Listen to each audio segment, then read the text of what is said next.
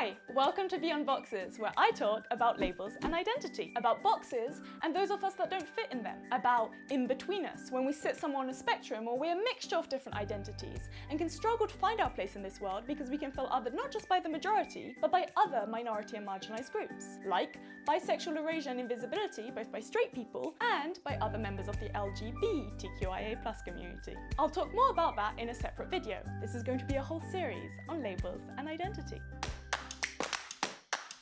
I'm Jaia, a multi-ethnic, queer, pansexual, polyamorous, cisgendered, disabled woman of colour. Don't worry, I will explain each of those terms. These are all labels that have either been assigned to me or ones I choose to describe myself. But what do they really say about me? What do they mean in terms of the way people perceive me and the way I present myself to the world? Now, you've heard me describe myself this way. What has it made you think? Do you feel like you know me better? That maybe we have something in common? Or do you feel alienated, wondering why I need to make things so complicated? Why these labels are even necessary? Which labels, if any, do you use to describe yourself? Your gender, sexuality, your race, ethnicity, nationality, your religion, political views, sports team you support, maybe your role in the family, something else? Or maybe you don't like using labels at all. I really am curious. Let me know in the comments below which labels, if any, you use to describe yourself, why those are important to you, or why you don't like using labels. I want to talk about language. Things are rapidly changing. The LGBTQIA+ acronym is ever expanding. The politically correct way of referring to people of different races and ethnicities is evolving. People are coming out as all types of genders and sexualities. We're having to adapt to new pronouns, new terminology, and it can all feel very overwhelming. That's why I'm here, to try and help make sense of some of it. I know from experience these aren't easy topics to navigate. When I first moved to London and joined the queer sex positive communities here, I was really overwhelmed and confused by all the jargon being thrown at me.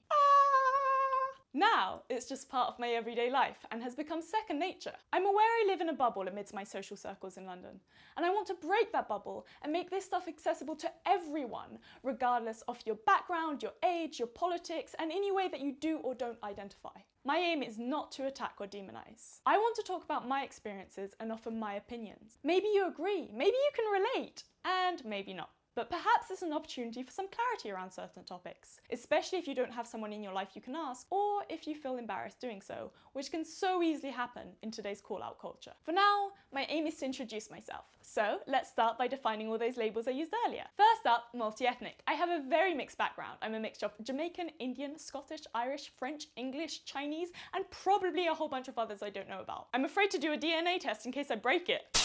So when people ask me, where are you from? And we all know what they really mean is, why do you look like that? Multi-ethnic covers it. Or sometimes I just say I'm a panda, black, white, and Asian. Next up, we have queer, which these days is an umbrella term for the LGBTQIA+ community. Previously used as an insult, the term has been reclaimed by the community and now basically describes anyone who isn't straight and/or cisgendered. Cisgendered being the opposite of trans. It means you identify with the sex you were born with and gender you assigned at birth. So, for example, if you were born with female genitalia, brought up as a girl and continue to identify as a girl or woman, like me, then you're cis. Not all members of the LGBTQIA+ community like the term queer, especially many of the older generation who had the term thrown at them as an insult.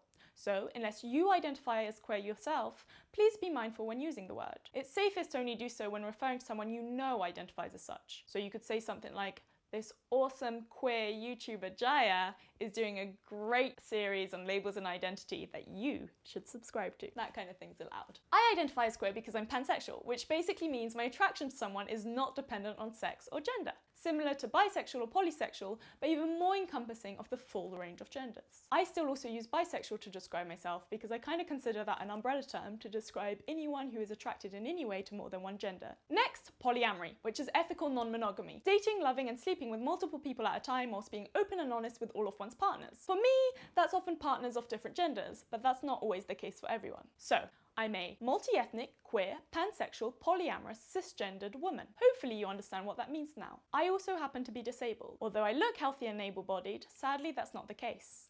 I've now been diagnosed with 11 different chronic invisible conditions, which have a significant impact on my day-to-day life. I'll talk more about that in my video on living with an invisible disability. But just remember, we don't always know what's going on with someone else, and some labels are more obvious than others. Thank you so much for listening. I hope you've enjoyed this video. Give me a thumbs up and don't forget to subscribe. You can also follow me on Instagram and on Twitter.